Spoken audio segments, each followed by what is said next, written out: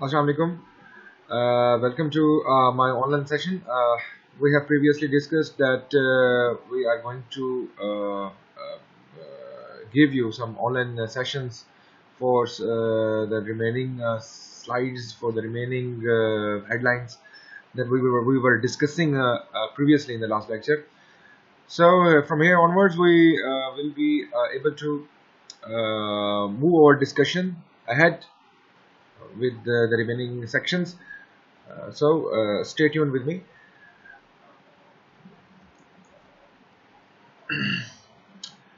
हमने ये slide discuss कर ली थी.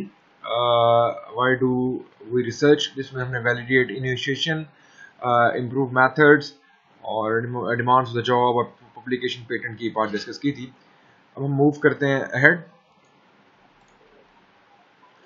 अच्छा, इसके बाद है हमारे पास कि जब ये चीज़ हो जाए आपके पास, आपने एक एम बना लिया कि आपने जो है रिसर्च करनी है, और आपने रिसर्च क्यों करनी है वो भी हमने डिस्कशन कर ली प्रीवियस लेक्चर में कि हमारे पास क्या क्या जो है ना रिक्वायरमेंट है, या हमारे पास जो है वो क्या क्या रीजनिंग है about choosing a research work. ठीक है. अब जब ये बात भी वैसे मैंने डिस्कस की थी आपके साथ पहले क्लास में, लेकिन ये चलें एक स्लाइड का हिस्सा है तो इसको गुजार लेते हैं एक दफ़ा. Choose a subject. देखिए, मैंने आपको पहले भी कहा था कि आपको सब्जेक्ट चूज करना बहुत ज़रूरी है, मतलब आपको एक स्ट्रीम चूज करना बहुत ज़रूरी है. अब आप किसी टीचर के पास जाएंगे तो ऑब्वियसली वो आपसे पूछेगा कि भाई आपका इंटरेस्ट लेवल क्या है. तो आपका इंटरेस्ट लेवल जो है वो पहले क्लैरिटी आपके पास खुद ही होनी चाहिए, बिकॉज आपको बैठ के जो है फ्री ऑफ एनी वर्क, आपको फ्री ऑफ माइंड के साथ वो चीज़ सोचनी है कि मुझे किस फील्ड में जाना चाहिए. ठीक है. तो बेस्ड ऑन एन आइडिया, ठीक है, आपके पास जो है वो एक आइडिया जो है वो प्रिवेल करेगा आपके जहन में.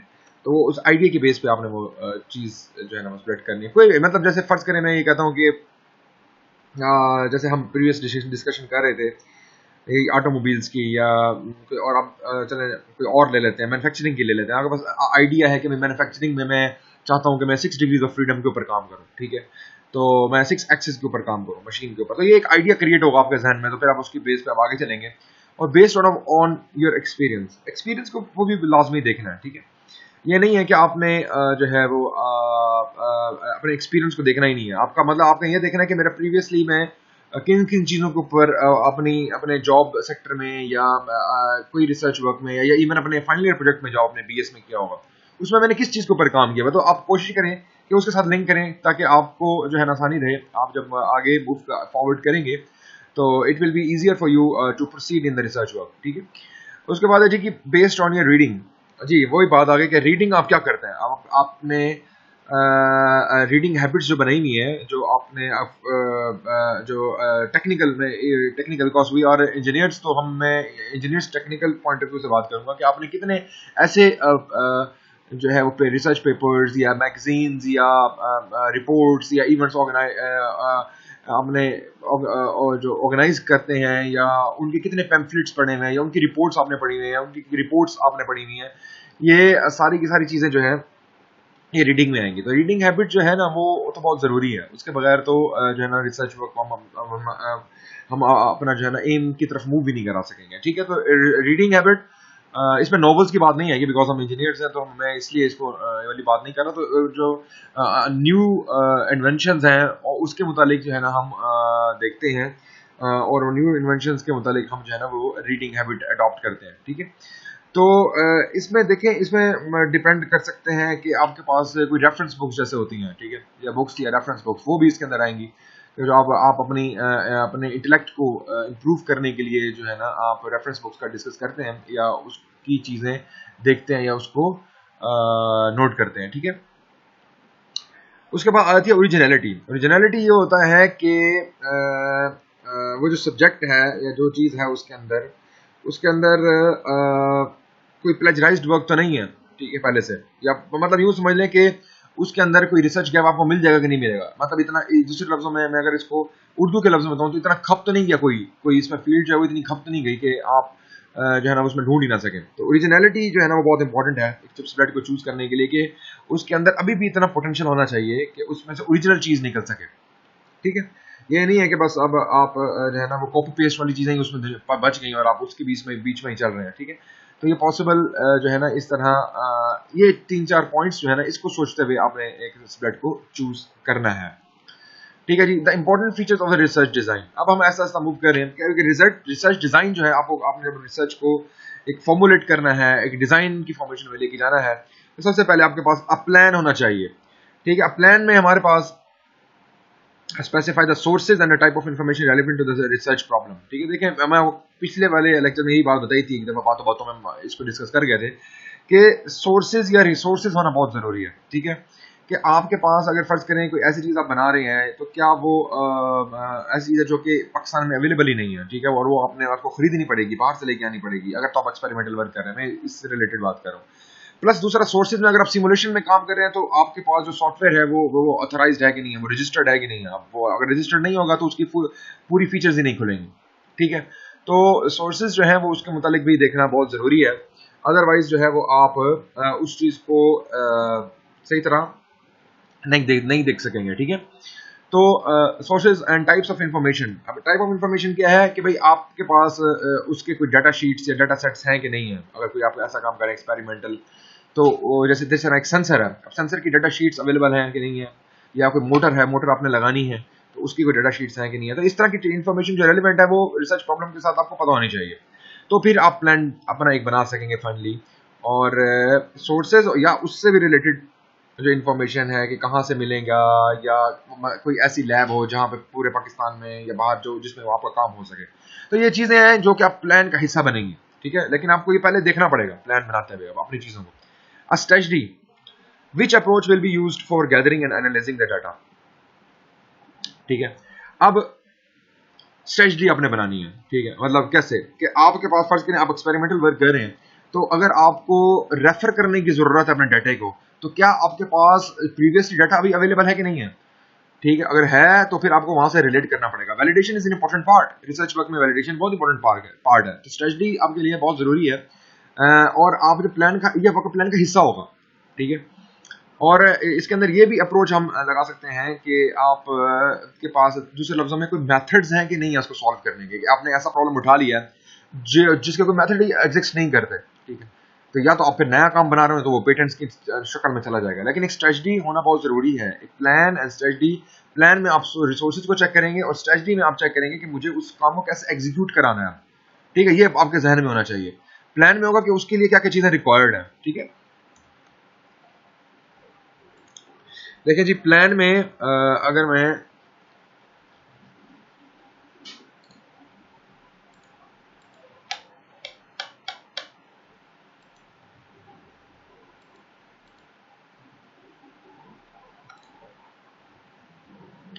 वन सेकेंड में जरा इसको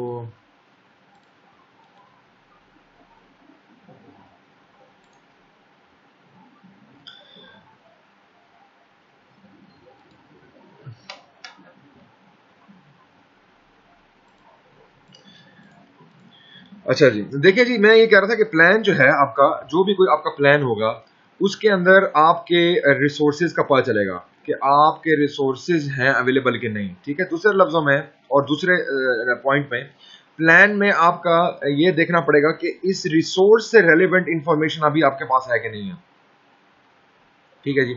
इससे भी रेलेवेंट इंफॉर्मेशन आपके पास होनी चाहिए। लेकिन स्ट्रेटजी तो it's little bit different thing. Strategy में आपके पास आता है आपके पास ये जो रिसोर्सेज हैं इसको यूटिलाइज करने का, जो रिसोर्सेज हैं इसको यूटिलाइज करने का मेथड्स आ जाते हैं कि आपके पास मेथड्स कौन कौन से हैं जो स्ट्रेटजी को यूटिलाइज मतलब इस प्लान को एग्जीक्यूट कराएंगे। वो कौन कौन से मेथड्स हैं जो प्लान को एग्जीक्यूट कराएंगे, ठीक। कोई भी आप सेंसर वगैरह ले रहे हैं, कोई भी ऐसी चीज ले रहे हैं और उसको उसके देखने के उसको सॉल्व करने के या उसको चलाने के कितने मेथड्स हैं, या उसको कहाँ कहाँ अप्लाई करना है। तो एप्लीकेशन भी इसमें देखी जाएगी स्ट्रेटजी में कि आपकी जो एप्लीकेशन है वो जो है ना वो कितनी फेवरेबल है, या वो किस तरह की है। तो एप्लीकेशन भी देखी जाएगी। प्लस इसमें टाइम कंस्ट्रेंट भी देखा जाता है वैसे यूजली, कि भाई ये टाइम कंस्ट्रेंट, या इसको दूसरे लफ्जों में हम गैंट चार्ट का नाम भी देते हैं। गैंट चार्ट जो होता है वो भी is one form of strategy. आप उसको गैंट चार्ट बनाते हैं तो आप स्ट्रेटजी बनाते हैं कि भाई मैं इतने टाइम में अपना काम को कंप्लीट कर लूंगा। तो ये सारी चीजें जो है ये स्ट्रेटजी का पार्ट होगी, ठीक है। तो लिटिल बिट डिफरेंस है between a plan and plan. जो इसको दूसरे लफ्जों में कहना चाहिए, प्लान जो है ना वो एक रफ एस्टिमेट है, लेकिन ये जो होगा ये एक सिस्टमेटिक प्रोसीजर होगा, ठीक है, ये एक सिस्टमेटिक प्रोसीजर होगा जो आप बैठ के सोचेंगे बनाएंगे, ठीक है। तो ये चीज, the time and the budgets, most studies are done under these two constraints. तो वो कहता है कि ये असल चीज जो है ना वो इन दोनों के बीच में घूमेगी, टाइम और बजट्स के बीच में। आपको कितना टाइम है उसको सॉल्व करने के लिए और आप उसमें कितना टाइम जो है ना वो सर्व कर सकते हैं, और बजट्स आपके पास उसके लिए कोई जो है ना वो कोई आपके पास कोई इनकम है कि नहीं है, या कोई फंडिंग है कि नहीं है। तो फंडिंग भी होना बहुत जरूरी है, अदरवाइज बहुत सारे रिसर्च वर्क होते हैं वो अधूरे रह जाते हैं। ओके जी, अच्छा जी, अब characteristics of research, a systematic, logical, empirical, all such must be interrelated one two another, ठीक है जी। सिस्टमैटिक में आपके पास क्या होना चाहिए, सिस्टमैटिक में आपके पास आपकी जो भी आप ट्री बना रहे हैं, आप ये काम कर रहे हैं, फिर उसके बाद आप दूसरा काम करेंगे, फिर आप तीसरा काम करेंगे, चौथा काम करेंगे, फिर पांचवा काम करेंगे, तो ये एक दूसरे से लिंक्ड होने चाहिए, ये एक दूसरे से लिंक्ड होने चाहिए, ये एक दूसरे के साथ लिंक्ड होने चाहिए किसी ना किसी फॉर्मेशन के तहत, ऐसे तो वरना आप काम ही नहीं कर सकेंगे। मतलब फर्ज करें आपने पहला स्ट्रेटजी बनाया कि मैं अभी इंट्रोडक्शन पढ़ूंगा, ठीक है, तो ये लिंक्ड होगा किसके साथ जी, लिटरेचर सर्वे के साथ, ठीक है जी, लिटरेचर सर्वे के साथ। फिर तीसरा पॉइंट आ जाएगा जी मेथोडोलॉजी, आप देखिए इंटर रिलेट होंगे ये सारी सारी चीजें। तीसरा स्टेज आ गया ये वाला मेथोडोलॉजी का, चौथा स्टेज आ गया ये वाला कि आप अब रिजल्ट्स निकालेंगे, ठीक है, या एग्जीक्यूशन करेंगे, ठीक है जी, ये एग्जीक्यूशन करेंगे। फिर पांचवा आ जाएगा यहाँ पे मेरे पास जी कंक्लूजन करेंगे, और फिर उसके बाद आ जाएगा जी फ्यूचर वर्क करेंगे। तो ये सारी की सारी चीजें जो है ये आपस में इंटर रिलेट करेंगी। अगर आपको लिटरेचर सर्वे करना है तो अच्छा इंट्रोडक्शन भी आपको पता होना चाहिए, अगर आप मेथोडोलॉजी को टच करना चाह रहे हैं तो आपके पास ये पिछली दोनों चीजें पता होनी चाहिए। इसी तरह रिजल्ट्स जब आप निकालेंगे तो फिर ये तीनों चीजें पढ़ के ही फिर काम आगे वाला कर रहे होंगे। तो इट्स लाइक ये सारी चीजें जो है ये एक सिस्टमैटिक प्रोसीजर के थ्रू चलेंगे। तो कैरेक्टरिस्टिक्स ऑफ द रिसर्च ये आ जाएगा। उसके बाद logical, agreeing with the principle of logic. Logic का मतलब ये है, लॉजिकल यानी कि आपकी जो रीजनिंग है ना, जो भी आपको आपके जहन में हाइपोथेसिस बन रहा है वो किसी ना किसी रीजनिंग के थ्रू आएगा, एनी रीजनिंग के थ्रू आएगा वो, ठीक है। आपके जहन में जो बन रही होगी वो कोई रीजनिंग बन रही होगी, और रीजनिंग जो होती है वो फर्दर जाके लॉजिक्स में डेवलप होती है। कि फर्ज करें जी मैं ये कहता हूं जिस तरह हम लॉजिक गेट्स डिस्कस किया करते थे, आपको याद होगा जो और गेट हम बनाते थे, एंड गेट बनाते थे, और इसी तरीके से हम बनाते थे जी नैंड गेट बनाते थे, और इस तरह से हम एक्स और गेट बनाते थे, ये इस तरह सारे गेट बनाते थे। तो ये लॉजिक्स होती थी कि भाई अगर तो और होगा तो 0 0 आउटपुट जा रही है, तो आप क्योंकि ये और जो होता है वो एडिशन समेशन जो होता है वो अज्यूम होता है, तो ये हमारे पास जो इसका फाइनल रिजल्ट होगा वो 0 होगा। तो ये एनी लॉजिक, मैं एक एग्जांपल दे रहा हूं, तो आप कोई ना कोई रीजनिंग करेंगे तो वो किसी लॉजिक के थ्रू होगी। यानी कि फर्ज करें आप एक और बात करते हैं कि जी ऑर्डिनरी डिफरेंशियल इक्वेशन अगर फर्ज करो मेरी कहीं बन रही है, ठीक है जी, तो ऑर्डिनरी डिफरेंशियल इक्वेशन में मेरे पास क्या होता है जी, हम कहते हैं जी dy ओवर dx प्लस, ठीक है जी, और उसके बाद फिर हम D square over y over dx square, ये इस तरह करके बना रहे हैं। लेकिन तो क्या होगा, इसकी रीजनिंग क्या होगी कि भाई ये जो x जो है ये जो y जो है वो with respect to x differentiate हो रहा है। तो कोई ऐसा फिनोमेना एग्जिस्ट कर रहा होगा किसी फ्लूइड में या किसी भी चीज में, फ्लूइड मैकेनिक्स में या कहीं और, ठीक है, जिसके ऊपर इंटरडिपेंडेंसी होगी। यानी कि कोई भी ऐसे फीचर्स होंगे जो आप उसको एक्सपोज करेंगे और ऑब्वियसली वो ऑब्वियसली ये इंडिपेंडेंट वेरिएबल्स हो जाएंगे, और इंडिपेंडेंट वेरिएबल्स हो जाएंगे, और उसके बाद ये ऑब्वियसली डिपेंड कर रहे होंगे आपका y अगर कोई ऐसे हमने वेरिएबल ले लिया है वो डिपेंडेंट वेरिएबल होंगे, तो y जो है वो x के ऊपर डिपेंड कर रहा है। जिस तरह अगर आपने वो याद होगा आपको v equal to u plus a t की इक्वेशन आप किया करते थे जो मोशन की इक्वेशन होती थी, तो आप देखें इसमें वो वेलोसिटी जो है वो इनिशियल वेलोसिटी पे और एक्सेलरेशन पे टाइम पे डिपेंडेंट है। तो देखें ये एक लॉजिक है, ये लॉजिक के थ्रू आप चलेंगे और आप देखते जाएंगे कि आपके पास इक्वेशन दर इक्वेशन बनेगी, बहुत सारी इक्वेशन आपको मैंने प्रूफ्स निकालते जाएंगे। जिस तरह एक हुक्स लॉ की इक्वेशन होती है F इक्वल टू kx, फिर वो आगे जाते हैं जी तो फिर वो फाइनली स्टिफनेस मैट्रिक्स में जाके कन्वर्ट होती है। ये मैं बात कर रहा हूँ आपसे FEA की, FEA सब्जेक्ट की, ठीक है। तो मतलब कहने का ये कि अब इंटर रिलेशन निकालते हैं। फिर के स्टिफनेस क्या होता है, वो बेसिकली आपके जी वो डिस्प्लेसमेंट्स और वर्सेस जो है ना वो फोर्सेस के बीच में होता है या लोड्स के बीच में होता है, ठीक है। तो ये मैट्रिक्स सा बन रहा होता है, तो ये एक रिलेशन है, तो रिलेशन द रिलेशन बनेंगे, ठीक है। तो कहने का मतलब ये लॉजिकल जो रीजनिंग है वो डेवलप होनी चाहिए। इस तरीके से एम्पेरिकल, तो ये जो कैरेक्टरिस्टिक्स हैं ये इंपॉर्टेंट है इन अंडरस्टैंडिंग द रिसर्च, ठीक है। अब जी मैं कहता हूँ जी empirical, empirical what is empirical? तो एम्पेरिकल में चीजें आती हैं कि भाई जो भी आप कोई कंक्लूजन ड्रॉ कर रहे हैं, जो भी कंक्लूजन आप ड्रॉ करने की कोशिश कर रहे हैं, ठीक है जी, कोई भी ऐसा कंक्लूजन होगा जो आप ड्रॉ करने की कोशिश कर रहे हैं, तो उससे पहले आपको कोई रिजल्ट्स होने चाहिए, रिजल्ट्स होने चाहिए। तो रिजल्ट्स या तो हो सकते हैं क्वालिटेटिव, ठीक है जी, क्वालिटेटिव रिजल्ट्स भी हो सकते हैं, यानी कि आप बता सकते हैं कि if A is equal to B then B is equal to C, अगर तो A is equal to C भी होगा।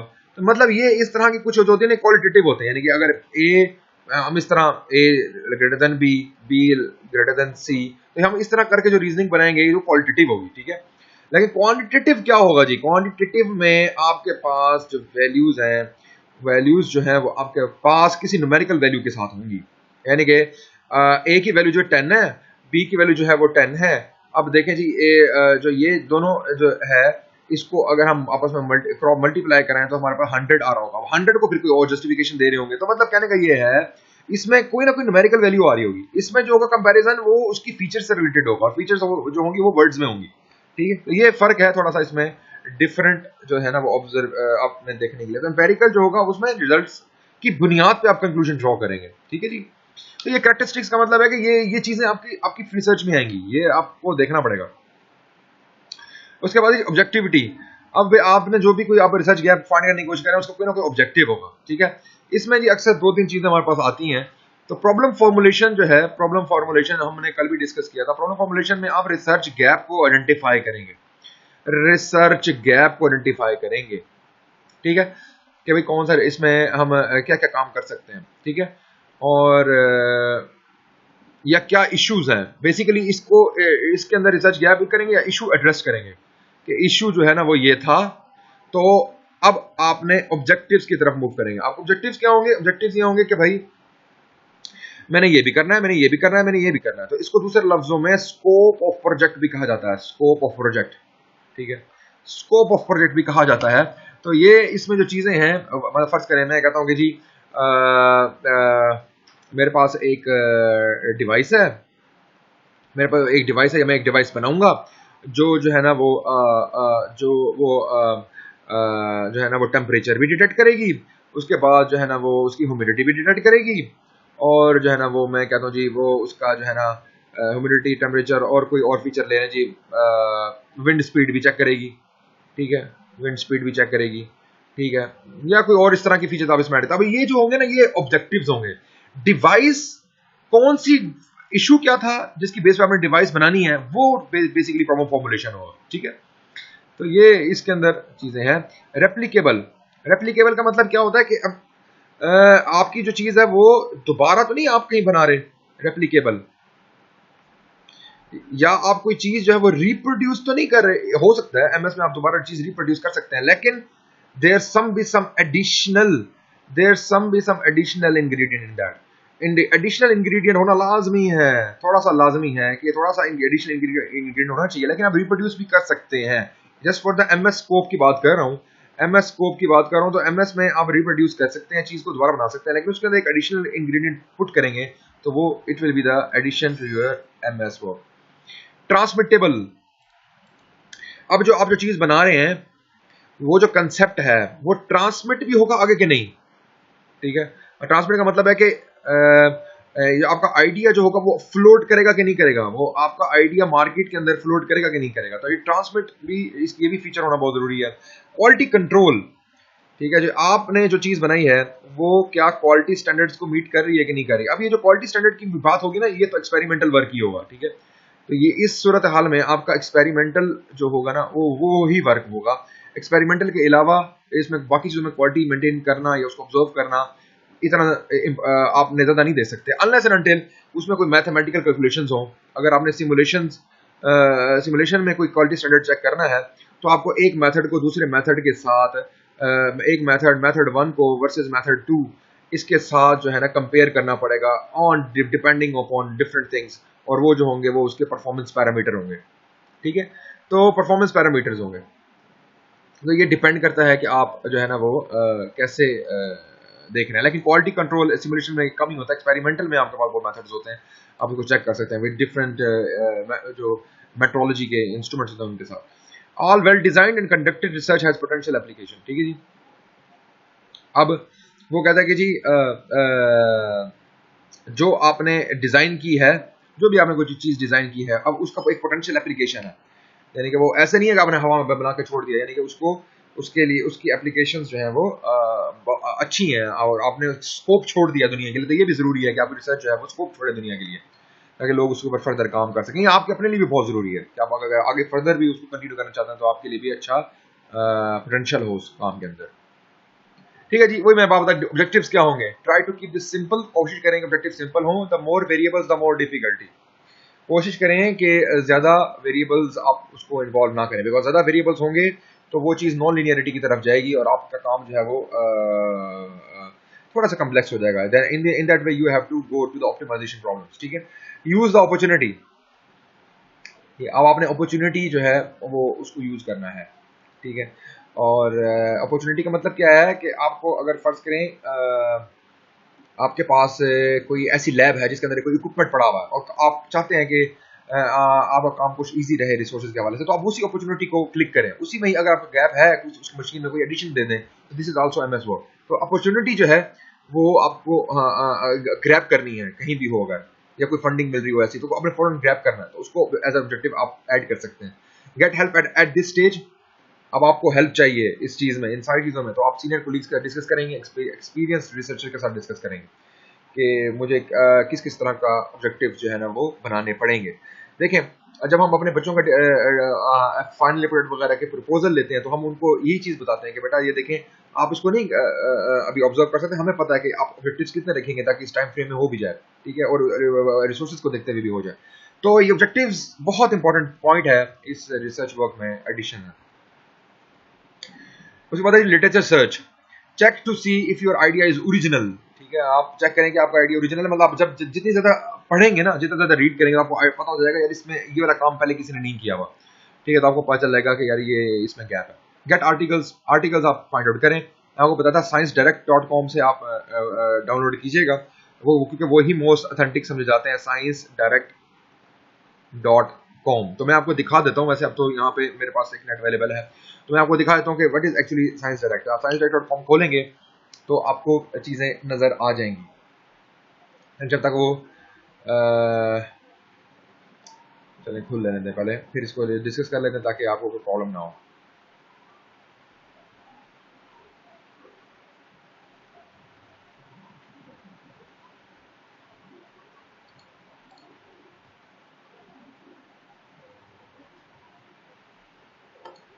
तो ये बड़ा इंपॉर्टेंट चीज़ है, जो आप आर्टिकल्स वहाँ से जहाँ से डाउनलोड करेंगे तो आपको बड़ा फ़ायदा। अब इसमें आर्टिकल्स जो होंगे, ये देखिए मैं आपको दिखाता हूँ कि sciencedirect.com, ये आप देखें, ये आप ओपन करेंगे तो आपके पास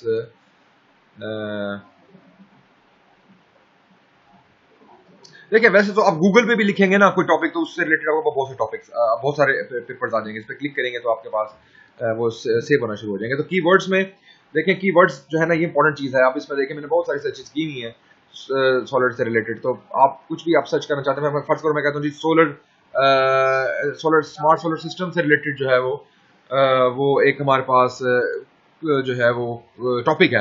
अब इस पे यहाँ सर्च पे करेंगे तो देखें इसमें बहुत सारे जो है ना वो सारे पेपर्स खुल गए। ये सारे पेपर्स हैं, देखें रिसर्च आर्टिकल लिखा हुआ है, रिसर्च आर्टिकल लिखा हुआ है। रिसर्च आर्टिकल जहाँ पे लिखा होगा ना, तो इसका मतलब है कि ये एक जर्नल पेपर है, और अगर कोई रिव्यू पेपर लिखा होगा तो वो भी इसमें आ जाएगा। तो देखें यहाँ से रिफाइंड बाय लिखा हुआ है, तो इसमें देखें रिव्यू आर्टिकल्स, इस पर आप क्लिक करेंगे तो आपके पास सारे रिव्यू आर्टिकल्स आ जाएंगे। रिव्यू आर्टिकल क्या होता है कि अब तक दुनिया में जिसने इससे रिलेटेड जितना भी काम किया वो सारा आ जाएगा। ये देखें, इसने पूछा है कि कौन से आर्टिकल के आपको रिव्यूज पेपर चाहिए। ठीक है, तो ये सारा आप उसको बता देंगे तो वो आपको इसके अंदर इंफॉर्मेशन देगा। ठीक है,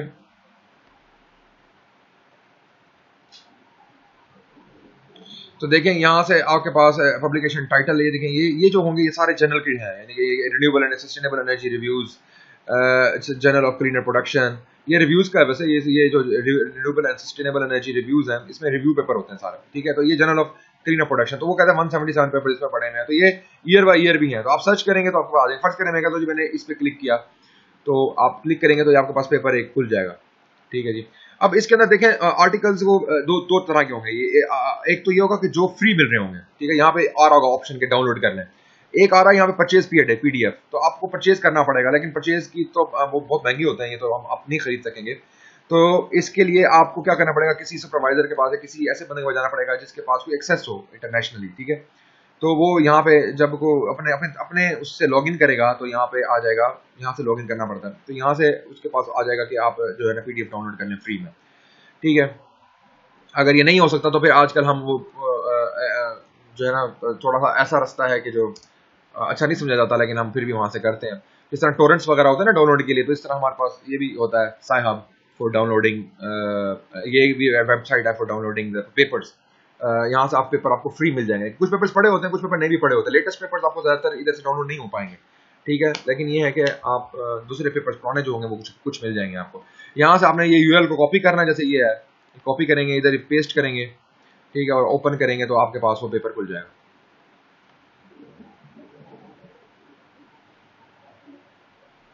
ठीक है जी, यहाँ पे ये जब तक खुलता है तो हम देख लेते हैं। अगर लेटेस्ट पेपर है तो 2022 का पेपर है, होपफुली ये हो। अगर नहीं होगा तो ये देखें नहीं है, तो ये नहीं है, तो इसने इस तरह बता दिया कि मैं इसमें नहीं ढूंढ सका, ठीक है। लेकिन बहुत सारे पेपर्स होंगे जो कि ये कर लेगा। ये 22 का पेपर है ना, जो 2022 और 2023 के पेपर है वो ज़्यादातर नहीं डाउनलोड होंगे, क्योंकि जो है ना उनकी जो है ना अभी वो मार्केट में इस तरह लोगों ने अपलोड नहीं किए हुए होते, जिस तरह टोरेंट्स में अपलोड कर देते हैं ना वीडियोस। तो बहरहाल कहने का मतलब ये है कि ये कुछ तरीकेकार हैं जो कि हम अपना अडॉप्ट कर लेते हैं। वैसे ये है तो चोर तरीका, लेकिन अडॉप्ट तो नहीं करना चाहिए। लेकिन ये है कि क्या करें, फिर चल रही है दुनिया, क्योंकि हमारे पास पाकिस्तान में तो एक्सेस मिलेगी ही नहीं, ठीक है, तो क्या करें। ठीक है जी, इसके बाद रीड आर्टिकल्स एंड रेफरेंसेस। वो कह रहा है कि ये अब लिटरेचर सर्वे का तरीकाकार आपको बता रहा है कि आपने कैसे करना है, आर्टिकल्स करें और उनके रेफरेंसेस को भी विजिट करें, ठीक है। Most of these will be vital when writing up reports. तो ये आपके लिए बहुत जरूरी है कि जब आप रिपोर्ट लिख रहे होंगे तो ये सारी चीजें आप उसके अंदर ऐड करते जाएंगे, सेव करते जाएंगे। Find gap areas, find obsolete measurements. Obsolete या पुरानी मेजरमेंट्स भी आप देखेंगे भाई कौन सा काम किया हुआ पहले दुनिया ने। ये नहीं कि आप लेटेस्ट के ऊपर ही फौरन पहुंच जाए, आप सारी चीजें पिछले वाली भी पढ़ें, कम से कम जी 10 साल से पुराने आप फ्लो उसको पढ़ना शुरू करें, रीड करना शुरू करें, और आप इतने रीड करें कम से कम कि आपको पता चला कि पुराने कौन से तरीके से आप नए कौन से चल रहे हैं। इस तरीके से define objectives of the study, ठीक है। तो आप फिर ऑब्जेक्टिव्स ऑफ द स्टडी को डिफाइन कर पाएंगे जब ये सारी चीजें पिछली वाली कर लेंगे, ठीक है जी।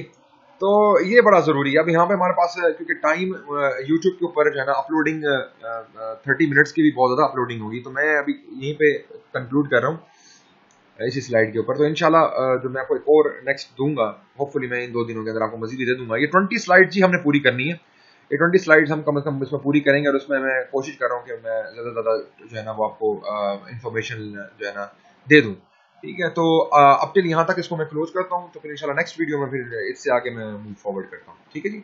थैंक यू जी, ऑल फॉर नाउ।